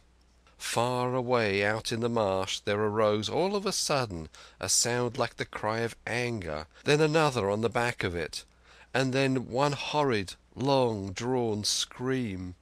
The rocks of the spyglass re-echoed it a score of times. The whole troop of marsh birds rose again, darkening heaven with a simultaneous whir, and long after that death yell was still ringing in my brain, silence had re-established its empire, and only the rustle of the redescending birds and the boom of the distant surges disturbed the languor of the afternoon. Tom had leapt at the sound, like a horse at the spur, but Silver had not winked an eye. He stood where he was, resting lightly on his crutch, watching his companion like a snake about to spring. "John," said the sailor, stretching out his hand. "Hands off!" cried Silver, leaping back a yard, as it seemed to me, with the speed and security of a trained gymnast. "Hands off if you like, John Silver," said the other. "It's a black conscience that can make you feared of me, but in Heaven's name, tell me what was that?" "That?" returned Silver, smiling away, but warier than ever, his eye a mere pin-point in his big face, but gleaming like a crumb of glass. "That? Oh, I reckon that'll be Allen." And at this poor Tom flashed out like a hero. "Allen?" he cried. "Then rest his soul for a true seaman. And as for you, John Silver, long you've been a mate of mine, but you're a mate of mine no longer. If I die like a dog, I'll die in my duty. You've killed Allen, have you? Kill me too if you can, but I defies you." And with that this brave fellow turned his back directly on the cook and set off walking for the beach. But he was not destined to go far. With a cry, John seized the branch of a tree, whipped the crutch out of his armpit, and sent that uncouth missile hurling through the air. It struck poor Tom point foremost, and with stunning violence, right between the shoulders in the middle of his back. His hands flew up, and he gave a sort of gasp and fell. Whether he was injured much or little, none could ever tell. Like enough, to judge from the sound, his back was broken on the spot. But he had no time given him to recover. Silver, agile as a monkey, even without leg or crutch, was on the top of him next moment, and had twice buried his knife up to the hilt in that defenceless body. From my place of ambush I could hear him pant aloud as he struck the blows. I do not know what it rightly is to faint, but I do know that for the next little while the whole world swam away from before me in a whirling mist. Silver and the birds and the tall spyglass hilltop going round and topsy-turvy before my eyes, and all manner of bells ringing and distant voices shouting in my ear. When I came again to myself, the monster had pulled himself together, his crutch under his arm, his hat upon his head. Just before him Tom lay motionless upon the sward, but the murderer minded him not a whit, cleansing his blood-stained knife the while upon a wisp of grass. Everything else was unchanged, the sun still shining mercilessly upon the steaming marsh and the tall pinnacle of the mountain, and I could scarcely persuade myself that the murder had actually been done, and a human life cruelly cut short a moment since before my eyes. And now John put his hand into his pocket, brought out a whistle, and blew upon it several modulated blasts that rang far across the heated air. I could not tell, of course, the meaning of the signal, but it instantly awoke my fears. More men would be coming. I might be discovered. They had already slain 2 of the honest people. After Tom and Allen, might not I come next? Instantly I began to extricate myself and crawl back again, with what speed and silence I could manage, to the more open portion of the wood. And as I did so I could hear hails coming and going between the old buccaneer and his comrades, and this sound of danger lent me wings.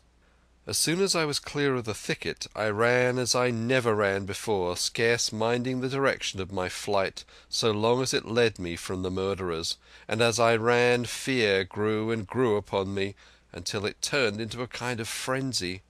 Indeed, could anyone be more entirely lost than I? When the gun fired, how should I dare to go down to the boats among those fiends still smoking from their crime? Would not the first of them who saw me wring my neck like a snipe's? Would not my absence itself be an evidence to them of my alarm, and therefore of my fatal knowledge? It was all over, I thought. Goodbye to the Hispaniola, goodbye to the squire, the doctor, and the captain. There was nothing left for me but death by starvation or death by the hands of the mutineers. All this while, as I say, I was still running, and without taking any notice I had drawn near to the foot of the little hill with the 2 peaks, and had got into a part of the island where the wild oaks grew more widely apart, and seemed more like forest trees in their bearing and dimensions. Mingled with these there were a few scattered pines, some 50, some nearer 70 feet high. The air, too, smelled more fresh than down beside the marsh. And here a fresh alarm brought me to a standstill with a thumping heart. End of Chapter 14. Chapter 15. The Man of the Island. From the side of the hill, which was here steep and stony, a spout of gravel was dislodged, and fell rattling and bounding through the trees. My eyes turned instinctively in that direction, and I saw a figure leap with great rapidity behind the trunk of a pine. What it was, whether bear or man or monkey, I could in no wise tell. It seemed dark and shaggy, more I knew not, but the terror of this new apparition brought me to a stand. I was now, it seemed, cut off upon both sides, behind me the murderers, before me this lurking nondescript, and immediately I began to prefer the dangers that I knew to those I knew not. Silver himself appeared less terrible in contrast with this creature of the woods, and I turned on my heel, and looking sharply behind me over my shoulder, began to retrace my steps in the direction of the boats. Instantly the figure reappeared, and, making a wide circuit, began to head me off. I was tired, at any rate, but had I been as fresh as when I rose, I could see it was in vain for me to contend in speed with such an adversary. From trunk to trunk the creature flitted like a deer, running manlike on two legs, but unlike any man that I had ever seen, stooping almost double as it ran. Yet a man it was. I could no longer be in doubt about that. I began to recall what I had heard of cannibals. I was with an ace of calling for help, but the mere fact that he was a man, however wild, had somewhat reassured me, and my fear of Silver began to revive in proportion.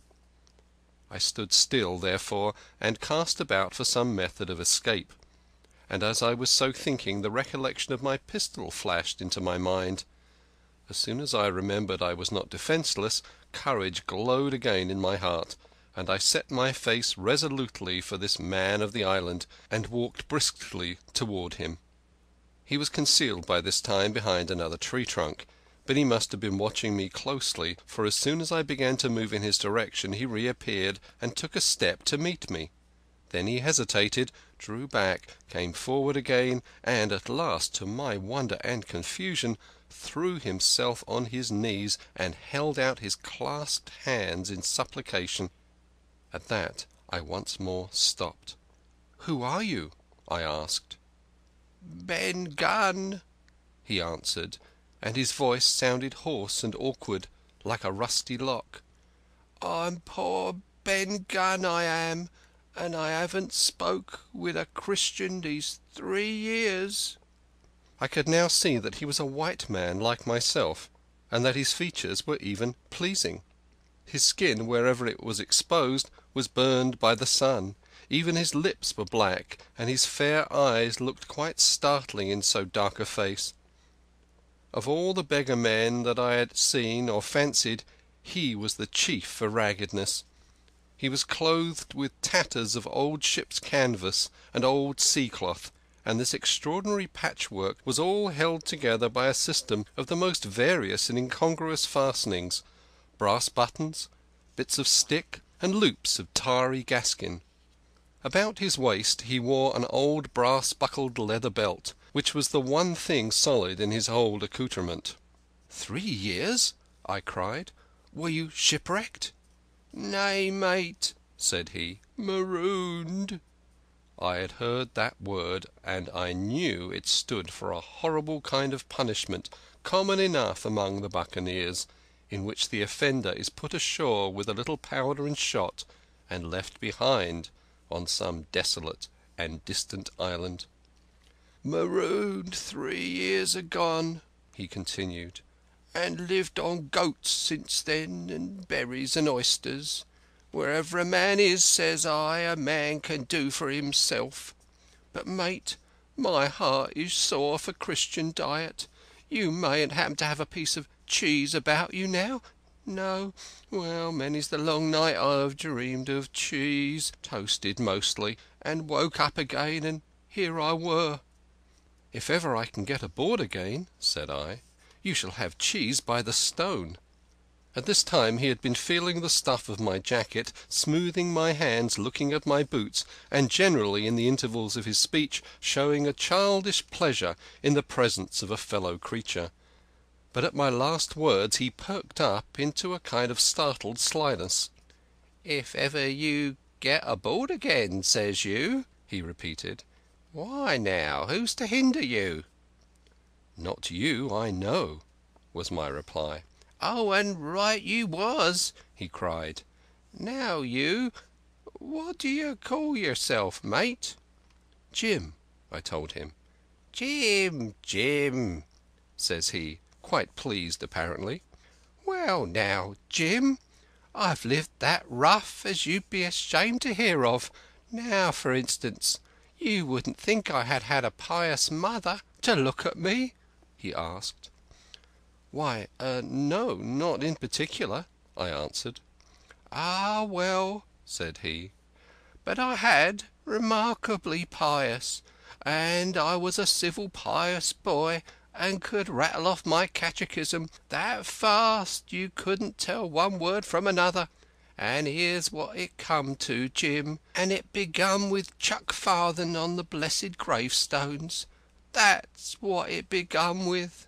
and it went farther than that, and so my mother told me and predicted the whole, she did, the pious woman. But it were Providence that put me here. I've thought it all out in this here lonely island, and I'm back on piety. You can't catch me tasting rum so much, but just a thimbleful for luck, of course, the first chance I have. I'm bound I'll be good, and I see the way to. And Jim," looking all round him and lowering his voice to a whisper, "I'm rich." I now felt sure that the poor fellow had gone crazy in his solitude, and I suppose I must have shown the feeling in my face, for he repeated the statement hotly. "Rich, rich, I says. And I'll tell you what, I'll make a man of you, Jim. Ah, Jim, you'll bless your stars, you will. You was the first that found me." And at this there came suddenly a lowering shadow over his face, and he tightened his grasp upon my hand and raised a forefinger threateningly before my eyes. "Now, Jim, you tell me true. That ain't Flint's ship?" he asked. At this I had a happy inspiration. I began to believe that I had found an ally, and I answered him at once. "It's not Flint's ship, and Flint is dead. But I'll tell you true, as you ask me. There are some of Flint's hands aboard, worse luck for the rest of us." "Not a man with one leg?" he gasped. "Silver?" I asked. "Ah, Silver," says he. "That were his name." "He's the cook, and the ringleader too." He was still holding me by the wrist, and at that he gave it quite a wring. "If you was sent by Long John," he said, "I'm as good as pork, and I know it. But where was you, do you suppose?" I had made up my mind in a moment, and by way of answer told him the whole story of our voyage and the predicament in which we found ourselves. He heard me with the keenest interest, and when I had done he patted me on the head. "You're a good lad, Jim," he said. "And you're all in a clove hitch, ain't you? Well, you just put your trust in Ben Gunn. Ben Gunn's the man to do it. Would you think it likely now that your squire would prove a liberal-minded one in case of help, him being in a clove hitch, as you remark?" I told him the squire was the most liberal of men. "Ah, but you see," returned Ben Gunn, "I didn't mean giving me a gate to keep and a suit of livery clothes and such. That's not my mark, Jim. What I mean is, would he be likely to come down to the tune of, say, £1,000 out of money that's as good as a man's own already?" "I'm sure he would," said I. "As it is, all hands were to share." "And a passage home?" he added, with a look of great shrewdness. "Why," I cried, "the squire's a gentleman, and besides, if we got rid of the others, we should want you to help work the vessel home." "Oh," said he, "so you would," and he seemed very much relieved. "Now, I'll tell you what," he went on. "So much I'll tell you and no more. I were in Flint's ship when he buried the treasure, he and 6 along, 6 strong seamen. They was ashore nigh on a week, and us standing off and on in the old walrus. One fine day up went the signal, and here come Flint by himself in a little boat, and his head done up in a blue scarf. The sun was getting up, and mortal white he looked about the cutwater. But there he was, you mind, and the 6 all dead, dead and buried. How had he done it? Not a man aboard us could make out. It was battle, murder, and sudden death, leastways, him against 6.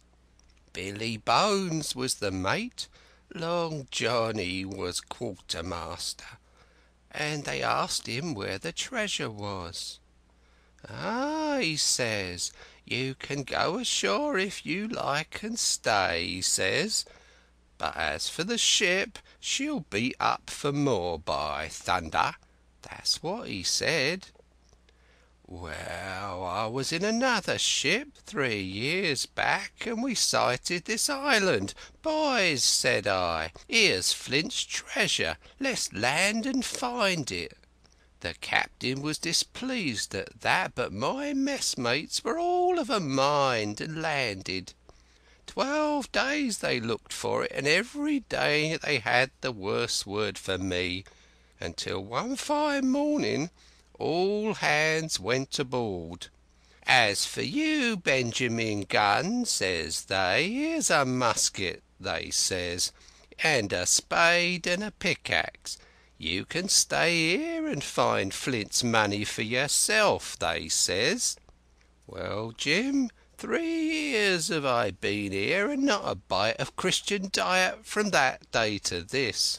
But now you look here, look at me. Do I look like a man before the mast? No, says you, nor I weren't neither, I says. And with that he winked and pinched me hard. Just you mention them words to your squire, Jim, he went on. Nor he weren't neither, that's the words. 3 years he were the man of this island, light and dark, fair and rain, and sometimes he would, maybe, think upon a prayer, says you, and sometimes he would, maybe, think of his old mother. So be as she's alive, you'll say.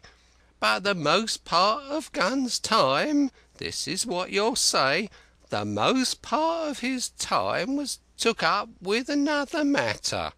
And then you'll give him a nip, like I do. And he pinched me again in the most confidential manner. Then, he continued, then you'll up and you'll say this. Gunn is a good man, you'll say, and he puts a precious sight more confidence, a precious sight, mind that, in a gentleman born than in these gentlemen of fortune, having been one hisself. Well, I said, I don't understand one word that you've been saying, but that's neither here nor there, for how am I to get on board? Ah, said he, that's the hitch for sure. Well, there's my boat that I made with my 2 hands. I keep her under the White Rock. If the worst come to the worst, we might try that after dark. Hey, he broke out, what's that? For just then, although the sun had still an hour or 2 to run, all the echoes of the island awoke and bellowed to the thunder of a cannon. They have begun to fight, I cried. Follow me. And I began to run toward the anchorage, my terrors all forgotten, while close at my side the marooned man in his goat-skins trotted easily and lightly. Left, left, says he. Keep to your left hand, mate Jim, under the trees with you. That's where I killed my first goat. They don't come down here now. They're all mast-headed on them mountains for the fear of Benjamin Gunn. Ah, and there's the cemetery. Cemetery, he must have meant. You see the mounds? I come here and prayed nows and thens, when I thought maybe a Sunday would be about due. It weren't quite a chapel, but it seemed more solemn-like, and then, says you, Ben Gunn was short-handed. No chaplain, or so much as a Bible and a flag, says you. So he kept talking as I ran, neither expecting nor receiving any answer. The cannon shot was followed, after a considerable interval, by a volley of small arms. Another pause, and then, not a quarter of a mile in front of me, I beheld the Union Jack flutter in the air above a wood. End of chapter 15. Part 4. The Stockade. Chapter 16. Narrative continued by the Doctor. How the ship was abandoned. It was about 1:30, 3 bells in the sea phrase, that the 2 boats went ashore from the Hispaniola. The captain, the squire, and I were talking matters over in the cabin. Had there been a breath of wind, we should have fallen on the 6 mutineers who were left aboard with us, slipped our cable, and away to sea. But the wind was wanting, and to complete our helplessness, Down came Hunter with the news that Jim Hawkins had slipped into a boat and was gone ashore with the rest. It had never occurred to us to doubt Jim Hawkins, but we were alarmed for his safety. With the men in the temper they were in, it seemed an even chance if we should see the lad again. We ran on deck. The pitch was bubbling in the seams. The nasty stench of the place turned me sick. If ever a man smelled fever and dysentery, it was in that abominable anchorage. The 6 scoundrels were sitting grumbling under a sail in the forecastle. Ashore we could see the gigs had made fast, and a man sitting in each, hard by where the river runs in. One of them was whistling Lily Bolero. Waiting was a strain, and it was decided that Hunter and I should go ashore with the jolly boat in quest of information. The gigs had leaned to their right, but Hunter and I pulled straight in the direction of the stockade upon the chart. The 2 who were left guarding their boats seemed in a bustle at our appearance. Lily Bolero stopped off, and I could see the pair discussing what they ought to do. Had they gone and told Silver, all might have turned out differently. But they had their orders, I suppose, and decided to sit quietly where they were and hark back again to Lily Bolero. There was a slight bend in the coast, and I steered so as to put it between us.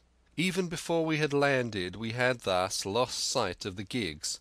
I jumped out and came as near running as I durst, with a big silk handkerchief under my hat for coolness' sake, and a brace of pistols ready primed for safety. I had not gone 100 yards when I came on the stockade. This was how it was. A spring of clear water arose at the top of a knoll. Well on the knoll, and enclosing the spring, they had clapped a stout log house, fit to hold 20 people in a pinch, and loopholed for musketry on every side. All around this they had cleared a wide space, and then the thing was completed by a paling 6 feet high, without door or opening, too strong to pull down without time and labour, and too open to shelter the besiegers. The people in the log house had them in every way. They stood quiet in the shelter and shot the others like partridges. All they wanted was a good watch and food, for, short of a complete surprise, they might have held the place against a regiment. What particularly took my fancy was the spring, for though we had a good place of it, the cabin of the Hispaniola with plenty of arms and ammunition, and things to eat and excellent wines, there was one thing overlooked. We had no water. I was thinking this over when there came ringing over the island the cry of a man at the point of death. I was not new to violent death. I have served His Royal Highness the Duke of Cumberland, and got a wound myself at Fontenoy, but I know my pulse went jot and carry one. Jim Hawkins is gone, was my first thought. It is something to have been an old soldier, but more still to have been a doctor. There is no time to dilly-dally in our work, and so now I made up my mind instantly, and with no time lost returned to the shore and jumped on board the jolly boat. By good fortune Hunter pulled a good oar. We made the water fly, and the boat was soon alongside and I aboard the schooner. I found them all shaken, as was natural. The squire was sitting down as white as a sheet, thinking of the harm he had led us to, the good soul, and one of the 6 forecastle hands was little better. "There's a man," said Captain Smollett, nodding towards him, "new to this work. He came nigh hand fainting, Doctor, when he heard the cry. Another touch of the rudder, and that man would join us." I told my plan to the captain, and between us we settled on the details of its accomplishment. We put old Redruth in the gallery between the cabin and the forecastle, with 3 or 4 loaded muskets and a mattress for protection. Hunter brought the boat round under the stern port, and Joyce and I set to work loading her with powder, tins, muskets, bags of biscuit, kegs of pork, a cask of cognac, and my invaluable medicine chest. In the meantime the squire and the captain stayed on the deck, and the latter hailed the coxswain, who was the principal man aboard. "Mr. Hans," he said, "there are 2 of us with a brace of pistols each. If any one of you 6 make a signal of any description, that man's dead." they were a good deal taken back, and after a little consultation, one and all tumbled down the fore companion, thinking, no doubt, to take us on the rear. But when they saw Redruth waiting for them in the sparred gallery, they went about ship at once, and a head popped out again on deck. "Down, dog!" cried the captain. And the head popped back again, and we heard no more for the time of these 6 very faint-hearted seamen. By this time, tumbling things in as they came, we had the jolly boat loaded as much as we dared. Joyce and I got out through the stern port, and we made for shore again as fast as oars could take us. This second trip fairly aroused the watchers along shore. Lily Bolero was dropped again, and just before we lost sight of them behind a little point, one of them whipped ashore and disappeared. I had half a mind to change my plan and destroy their boats, but I feared that Silver and the others might be close at hand, and all might very well be lost by trying for too much. We had soon touched land in the same place as before, and set to work to provision the blockhouse. All 3 made the first journey, heavily laden, and tossed our stores over the palisade. Then, leaving Joyce to guard them, 1 man to be sure, but with half a dozen muskets, Hunter and I returned to the jolly boat and loaded ourselves once more. So we proceeded, without pausing to take breath, till the whole cargo was bestowed, when the 2 servants took up their position in the blockhouse, and I, with all my powder, sculled back to the Hispaniola. That we should have risked a second boat-load seems more daring than it really was. They had the advantage of numbers, of course, but we had the advantage of arms. Not one of the men ashore had a musket, and before they could get within range for pistol shooting, we flattered ourselves we should be able to give a good account of a half-dozen at least. The squire was waiting for me at the stern window, all his faintness gone from him. He caught the painter and made it fast, and we fell to loading the boat for our very lives. Pork, powder, and biscuit was the cargo, with only a musket and a cutlass apiece for Squire and me, and Redruth and the captain.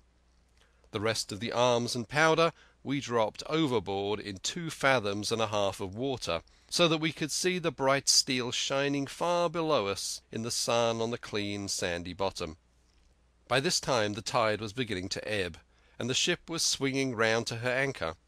Voices were heard faintly hallooing in the direction of the 2 gigs, and though this reassured us for Joyce and Hunter, who were well to the eastward, it warned our party to be off.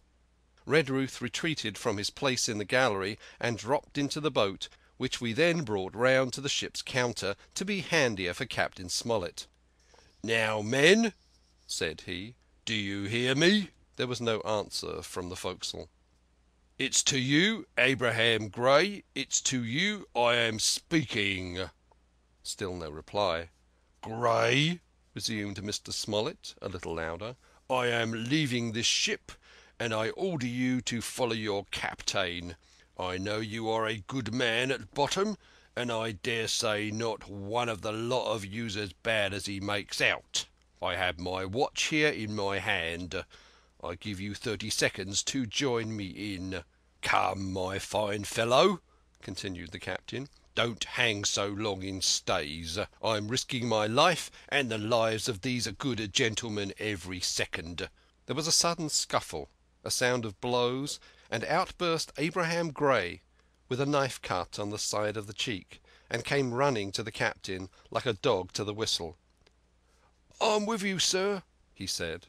And the next moment he and the captain had dropped aboard of us, and we had shoved off and given way. We were clear out of the ship, but not yet ashore in our stockade. End of chapter 16.